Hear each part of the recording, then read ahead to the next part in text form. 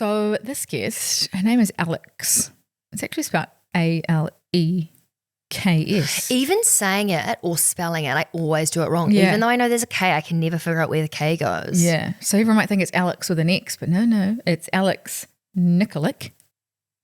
I reckon you probably said that wrong too. Yeah, same. Nikolic. It sounds like it'd be way more exotic, like she would probably say it way more beautifully than I would. But anyway, she has an amazing Instagram called Broke Girl Wealth. So she's actually working still full time. So she's a lawyer, she's based in Sydney. And what I loved about this is she's super passionate about helping people understand investing and personal finance. And her platform has grown enormously in the last couple of years. But she's also just really cool. Like she was so funny. Yeah. I think I immediately bonded with her because she definitely has ADHD. Well, she said she does. I'm not like outing her for it.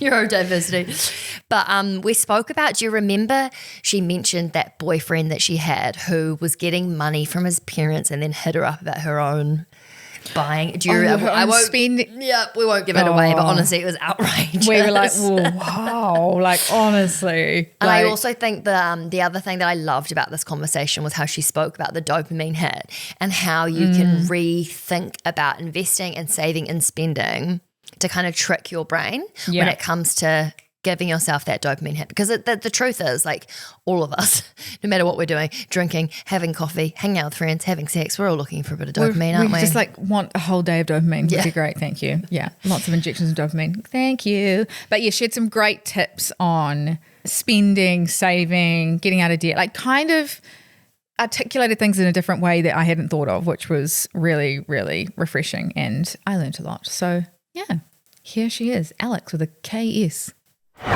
So Aleks, you have a great platform called Broke Girl Wealth, which has been a bit of a passion project for you, part online diary, but it's a place, I guess, for millennials to learn about money. And you are a lawyer yourself.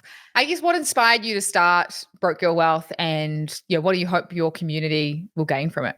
Thank you. I started it, I think, sort of late 2020, and the hope for me was that it would just be like a safe place to talk about money without the judgment that I think it can often come with. Like, I have been through not earning very much, wanting the flashy lifestyle, getting into credit card debt, getting out of credit card debt, finally learning how to manage money with my own brain, because I think every one of us is different. Some of us are natural savers, natural spenders, natural overspenders as well. And it's just a warm and inviting place for people who didn't grow up with money or learning about money to hopefully pick up a tip or two in a really non-judgmental way. And was there a point in your life or a certain time where you were like, oh gosh, like a light bulb moment where you were like, I need this knowledge to be shared with others? Was there any one point you can remember? I think when COVID hit and our generation realized that our jobs weren't 100% and that there were no guarantees and that crazy things can happen in the world, a lot of us were sort of scrambling. There was no savings to fall back on. And there was a bit of a gap between in Australia, at the very least, the government stepping in to provide support. And there was just this like shock, I think. And that light bulb moment for me, like in my own personal finances, had happened a couple of years before, where I sort of woke up and I was like, if I keep overspending, there's going to be nothing to show for how hard I'm working and all of these 4 jobs that I'm constantly busy with. And sort of watching that play out for people younger than me who maybe were in insecure employment or like contract work or hospitality, which just shut down, right, overnight. And I just felt this sense of responsibility. Like, I don't know, I kind of think of myself as like, I don't have any siblings, but I'd like to think I'm like the internet's big sister. And it's like, it's going to be okay. Like, you can learn how to do this.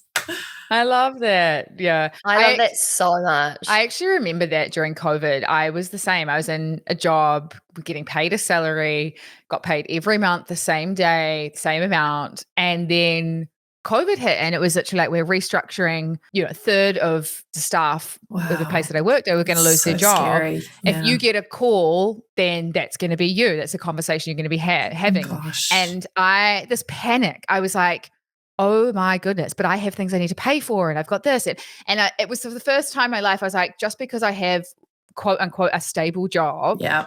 doesn't mean that it's going to last forever. And yeah, I totally get that light bulb moment of you're kind of the master of your own destiny, but to a point and then someone else's. Oh, and yeah. it's really frustrates me. And I've dealt with this a lot recently is how not frowned upon it as to be self-employed, but how you're kind of a bit more of a annoying case when it comes to getting a credit card, getting a mortgage, Oh, applying absolutely. for a rental. Yeah. And I'm like, you know what? Just because I'm paying myself doesn't mean I'm any more or less secure in terms of my salary Oh, than I am absolutely. working for someone else. It just really grinds my gears. Vic's trying to get a flat at the moment in Yeah. London, just for context. And she's having to be like, I'm self-employed. And then just like the bottom of the pile in Yeah. terms of who's actually going to get that flat. Like there's no Yeah. way. She's also has a dog, which is, you Yeah. know, another big red And in New cross. Zealand and like all of that. I'm like, oh God. If you just incorporated and then paid yourself the same salary that you get paid if you weren't self-employed, they'd be like, Yeah. oh, company, great. And it's true, like there's a lot of very old-fashioned assessments when it comes to risk. Like you could be in a salaried job but not know how to manage your money, even though you do get paid every 2 weeks, whereas you could be self-employed and a gun, like 12 months of emergency fund, like totally have full dominion over your money and where it's going. But it's a real shame. I'm sorry. Good luck with the rental application. So the fact that you're still working as a lawyer is crazy to me because there's no way I could imagine doing a full-time job on the side of the curve. Like how do you sleep? Sometimes. But also is your platform are you doing it to make money? Is it a community building thing? Like is it a business or are you doing it more as like a hobby? It started as a hobby and it sort of morphed into this business that I can really turn up the dial on and turn down the dial on. I mean, I'm as someone who is traditionally employed, there's such privilege with getting paid every fortnight, same day. And I think that contributes, at least for me, to a lot of financial stability and also just like the ability to accelerate reaching goals, because if I'm going to spend 8 hours at a workplace, I might as well get paid as much as possible doing that. And I genuinely love my job. I know that's like kind of rare for people, but I love what I do. And so I didn't start Broker Wealth as anything more than a community, like some sort of like financial kumbaya. And it's morphed into that, a little bit of career, but I love having it on the side. It's such a creative outlet. It's so warm, like the community is so lovely, and it kind of gives me the best of both worlds as well. Plus, you know, cozy living, a little bit of extra cash. Of course, everyone will say, thank you, please. Yeah, it's interesting that you say that about the cost of living crisis and finding extra ways to generate income, because a lot of people, when times are tough or, you know, your paycheck isn't going as far like we are at the moment, everyone looks at how to cut back on spending. And it's like, no, there is also another side of that equation. And it's how can you make more money? And yes, this might be difficult for some people, but it is looking at what are your passions? What are you good at? You know, what is that creative outlet that you've always wanted to try? Or, you know, there's so many examples. Like for me, I'm just like selling. Well, I am moving overseas, but I've been selling so much of my stuff. And I'm like, this is great. Oh my God, I'm getting all this so extra good. income. And so sustainable as well. We love it.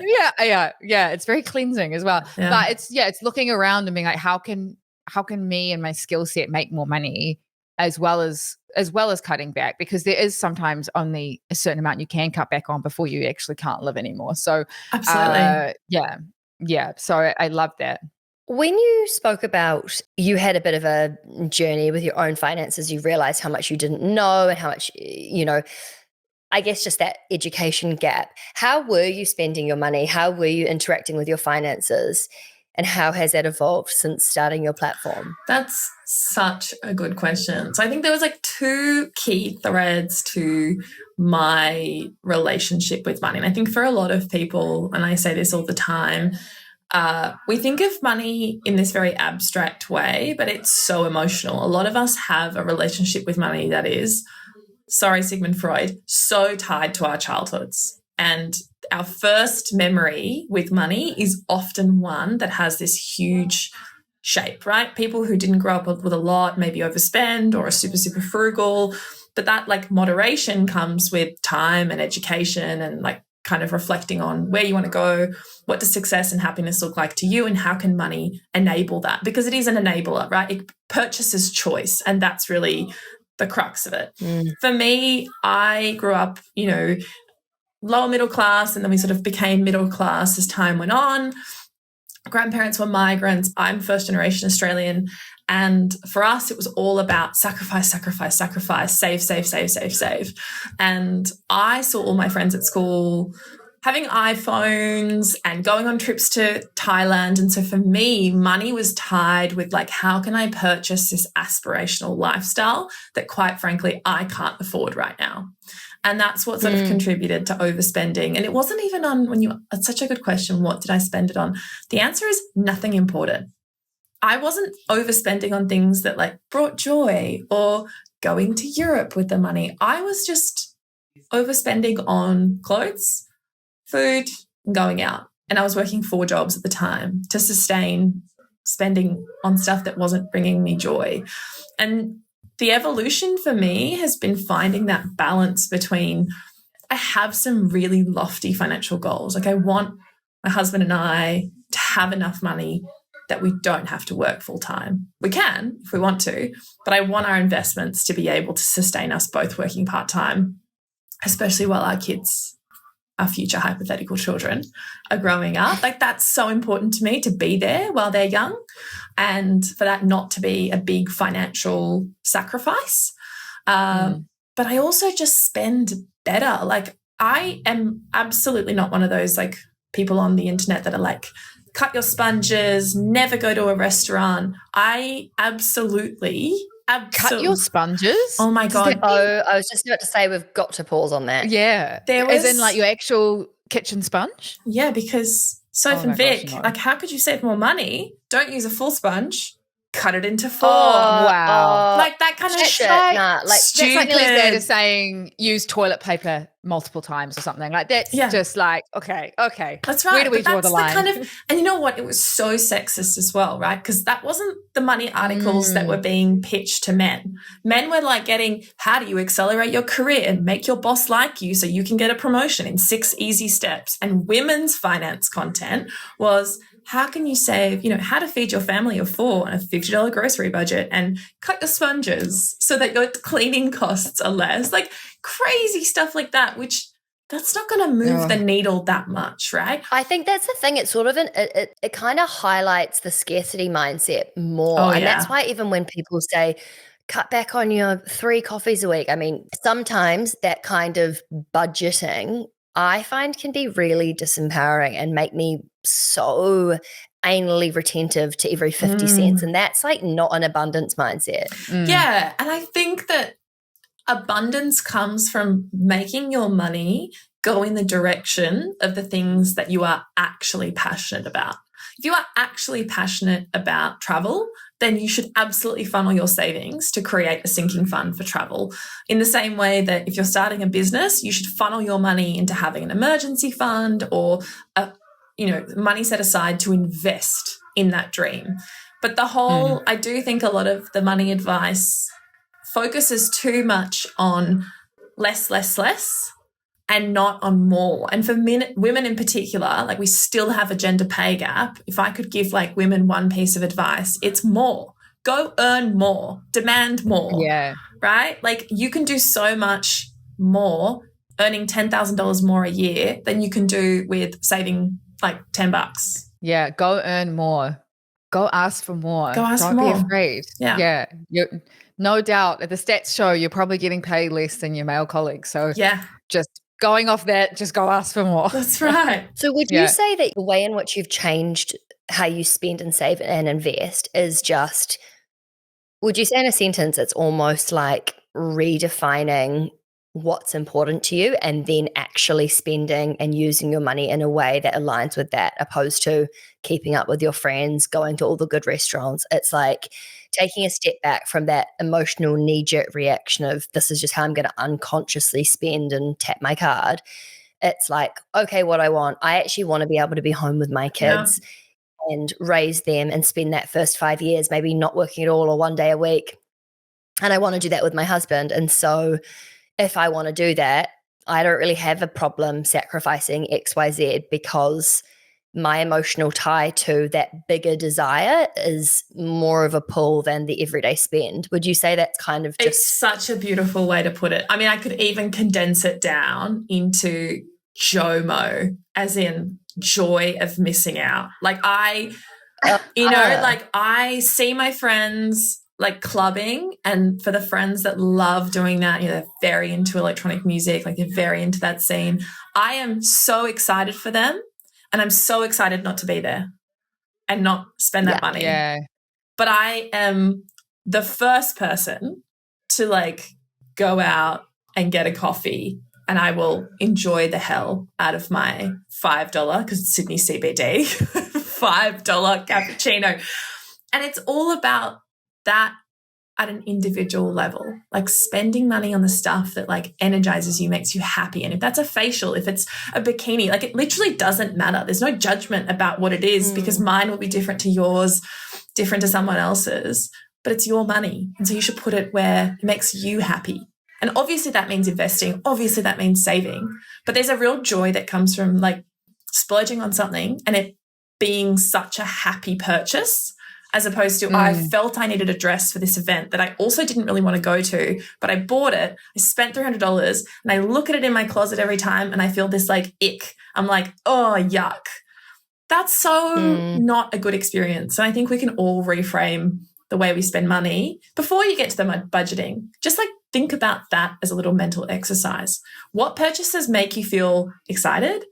And what purchases do you look back on and you go, oh, I feel a bit gross about that one? Because I really struggle with the whole delayed gratification. Like I understand, and obviously, like the being what I do, I get compound interest and I get like saving for the long term. And, the more you save now, the less you have to save in retirement because of investing. I get all that. But I also am like, I don't have children right now. This is the perfect time to be traveling or, doing those kind of things. And it's this constant battle of, no, put that money aside because you're not actually just spending $100. You're spending, what could be $1,000 over the next 30 years. I don't know. There's just this, it's a constant battle of spending now versus spending later. Yeah. And I know our audience has exactly the same issue because we get messages all the time from people that are having the same frustrations. Do you have any tips on, staying focused to those long-term goals?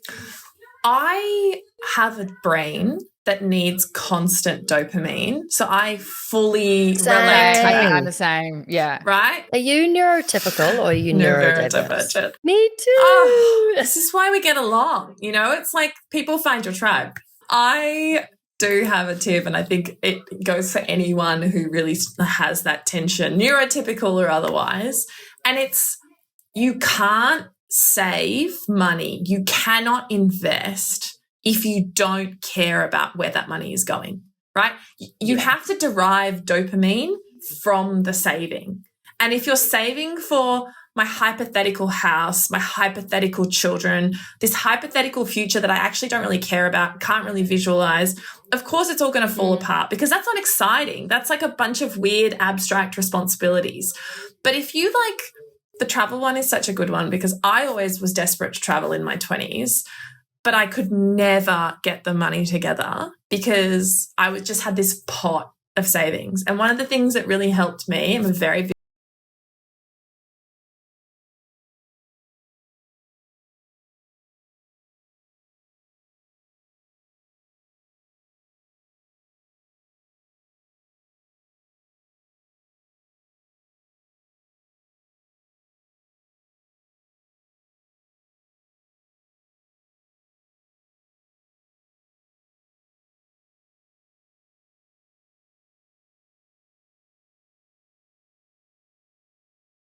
on the beach or this dress. And then that was its own motivator.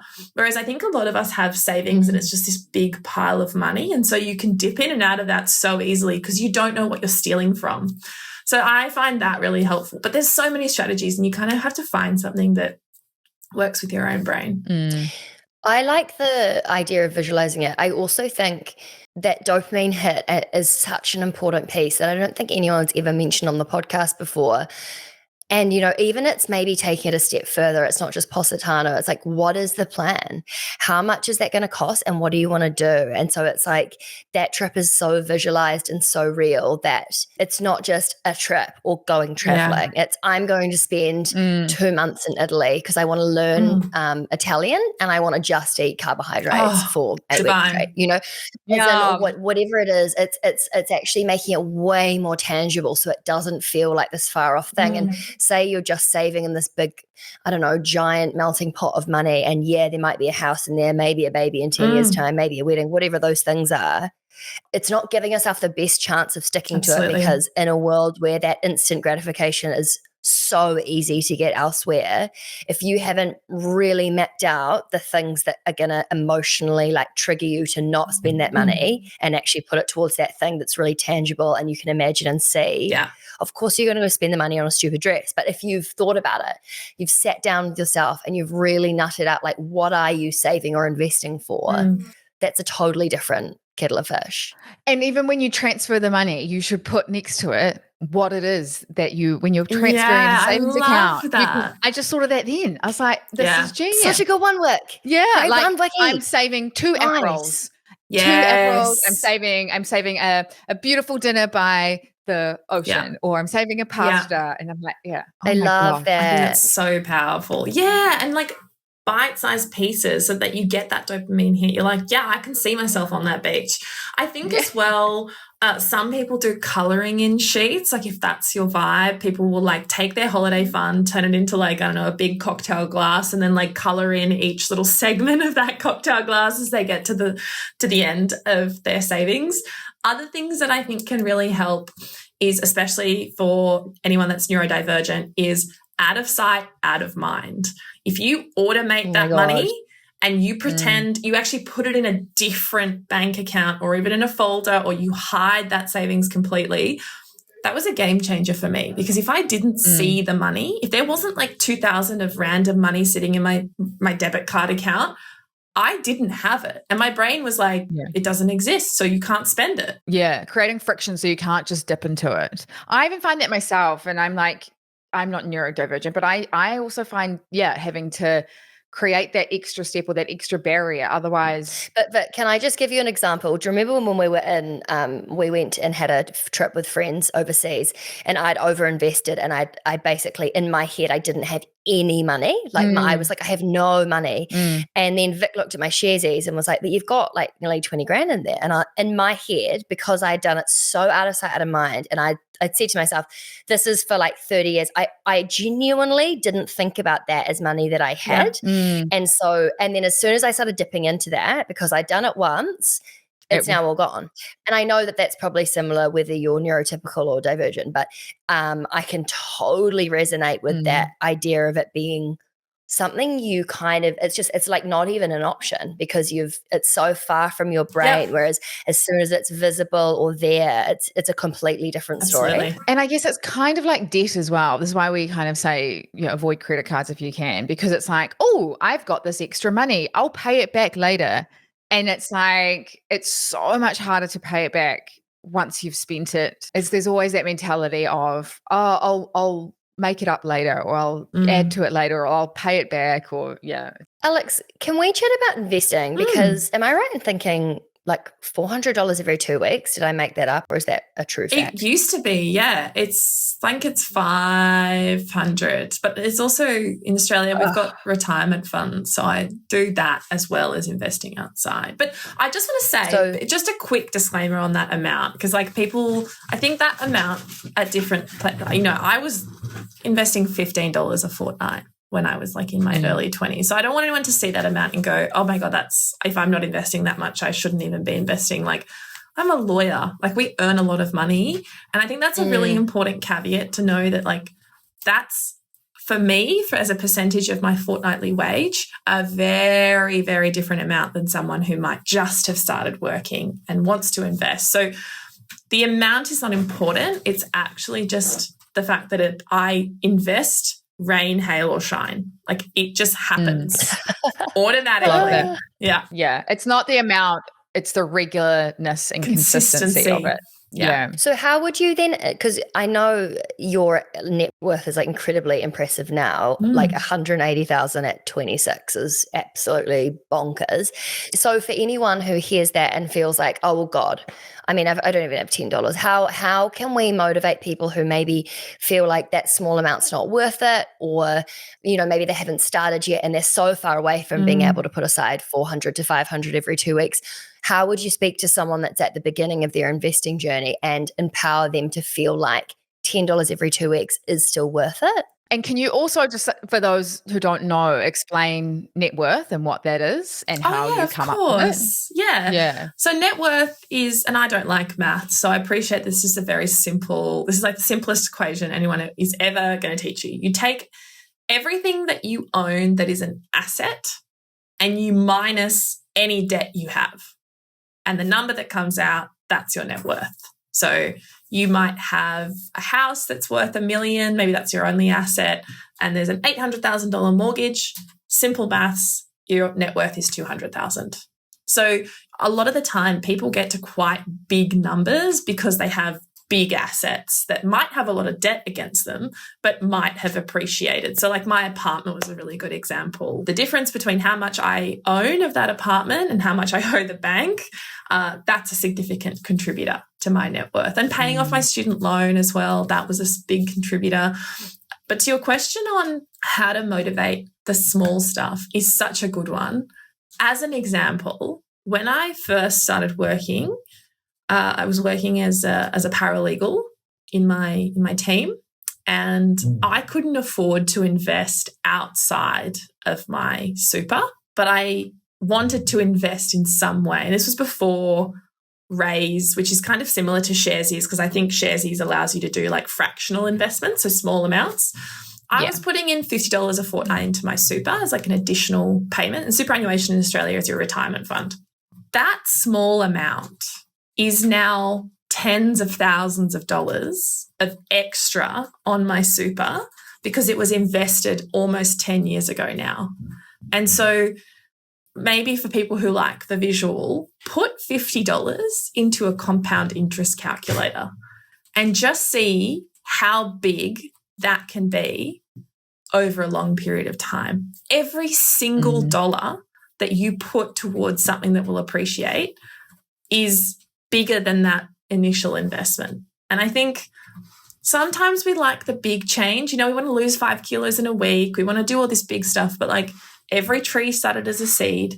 None of us started running before we started crawling, before we started walking, before we started jogging, before we started sprinting. So I think we have to have a little bit of grace with ourselves. And again, out of sight, out of mind helps a lot. $15, if that's all you can afford, that's fine. Just invest it. And then don't look at it. And you will look back in a year and you will be gobsmacked. Even that small amount. You'll be like, oh my God, amazing. I get so frustrated and always try to catch myself when I'm like, gosh, the last year went so quickly, or gosh, the last 6 months flew by like that. And I'm like, yes, when we tell people you invest for 5 years, 10 years, I'm like, that sounds like a long time, but trust me, it will go so quickly. And before you know it, you will have a pretty decent, if you're contributing $50 a fortnight, you'll have a pretty decent retirement savings or superannuation savings or whatever, because time does go so quickly. I saw this fantastic quote that was talking about how often people who maybe, you know, there's a lot of pressure when you get in your 30s about what you should have done in your 20s. And this goes for investing or studying or anything you want to do. You can be 5 years older and still asking yourself, am I going to invest? Am I going to do this degree? Or you can be 5 years older and have invested and be X $1,000 better, or have that one degree more, or further education, or change jobs, or whatever it is. The time will still go. So you may as well just start, because it doesn't matter when you're starting. You know what I mean? Yeah, I love that. So recently on Instagram, you put up a post talking about choosing the right person being like maybe the most important decision that you ever make financially. Can we talk about that? Like what inspired you to share it, and what can people keep in mind when dating, keeping money and financial goals in mind? Oh, I think these are my favorite questions. I think it's not talked about how devastating divorce can be financially, or even just being with the wrong person. Like, you're a spender, they're a saver, and you're constantly fighting about that.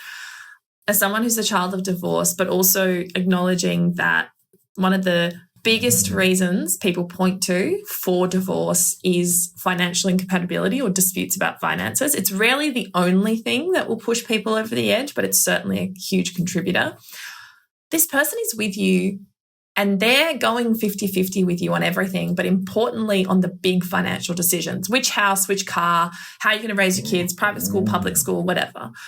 And if you are constantly having this conflict about whether we should save for a holiday or whether we should just splurge and buy the house that maybe we can't afford but feels like it might be the right decision, that causes so much conflict in that relationship, but also is such a waste of time. Like, if I think, we talk about compatibility, like, oh, we should have the same religion, or we should, want the same things. We rarely sit down with our partner and go like, what's your money language? What do you care about spending money on when it comes? And I think that compatibility can be a really strong foundation for the more challenging questions as well. Like, where are we going to live? What if one of us wants to go and work overseas? What do we do then?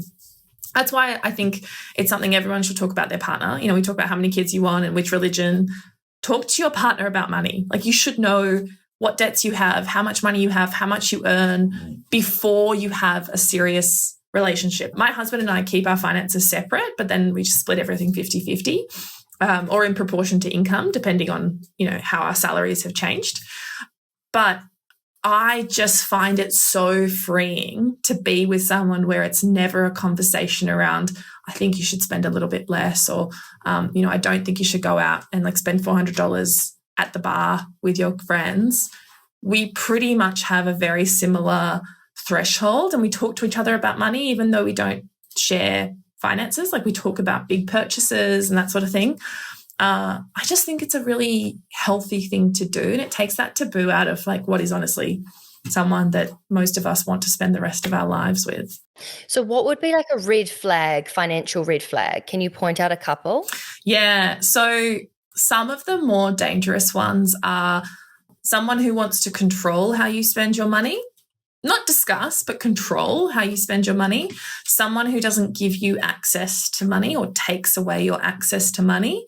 Some of the more milder ones might be someone who's unwilling to share with you as candidly as you share with them how much they earn, what debts they have. The debt one is in particular a really big flag for me. If someone is addicted to gambling, that's something you should talk about, right? Because you need to go into these relationships eyes wide open, in my view. If you're going to share your body and your home, you should know, everyone's dirty laundry.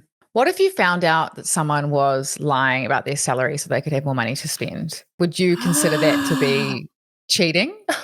I think I would consider that to be a really, really worrying betrayal. Like, if you found out your partner, like you split things 50-50, if he was actually earning more than what he said, I feel like that. Especially if you're splitting it proportionally. Like, if you're figuring out rent based on proportionate, I just think you'd be worried that someone can lie about anything in general, wouldn't you? You're blatantly telling me lies. Point at its heart, like, if you boil that down to a characteristic, isn't that indicative of someone's selfishness? Like, they are not character. Yeah, that would worry me because I think, as I said, money, it's a language that we speak, and I think a lot of us have this connection to it from when we were children. Like, what does that say about that person, that they're lying, but they're also prioritizing their own largesse over yours, especially if there was a huge disparity in the income. Like, what does that mean?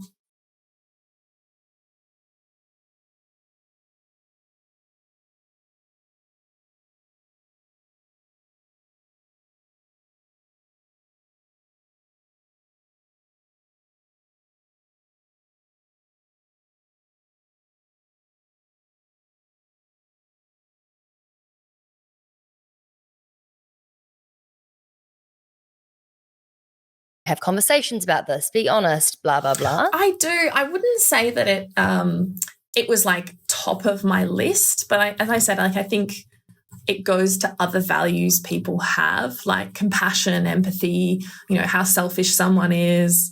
Are they going to provide or be concerned about providing for a family in the same way that I am? But in previous relationships, and in one particular previous relationship, I had a boyfriend who, we weren't living together. It was like an early 20s relationship. And we earned very different amounts. He had an allowance from his parents and I worked full time. And I remember one particular conversation that drove me I was so angry about at the time when he asked me why I had purchased a new phone outright. And I said, well, I don't have a phone and I want a phone and I need a phone and I had the money. So I bought a phone. And I was like, what's it to you? And he was like, well, I think it's really expensive. And I was like, well, it's not your money. And also I work. So I feel like your opinion on how I spend my money when your money is actually your parents' money is zero. Like you should have stay in your lane, buddy. Stay in your lane. Do you know what I mean? I actually was a bit shocked that he had the audacity to question my purchases. I was like, my friend, I think you should just zip up and perhaps get a job. And that really bothered me. Like there was lots of other things that weren't working in the relationship, but I think it was that what it really comes down to is I come from a family and my husband comes from a family where working hard and having a really strong work ethic was part of the values that our families put in us, right? Being honest, having integrity, but also going the extra mile for the people we love, but also for where we want to go in our lives.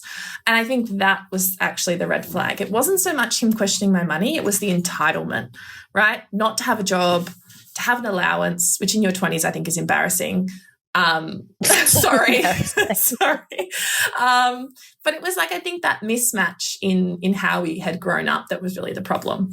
And if you hadn't identified that then when you maybe had started a family or and you're trying to instill these values into your children or you're starting to pay for big ticket items, that would have just simmered away and got to a point where it was boiling. And he would have very different values that he probably wanted to instill with his children. He probably wanted to give them an allowance as well as he had. And I can just see it now of what would have happened. Absolutely. Yeah. Aleks, I'm aware that you're a lawyer and you've got a meeting in 2 minutes that you need to get off your phone and go and actually do. But thank you so much for your time and sharing everything. It was so epic to meet you. And hopefully we can do a part 2 because I think there'd be so many more things that we could cover. Would love to. Ladies, Vic, Sophie, it's been delightful to meet you both. It has. Good luck with the rentals. Oh, bye. Oh gosh. Bye. Thank you.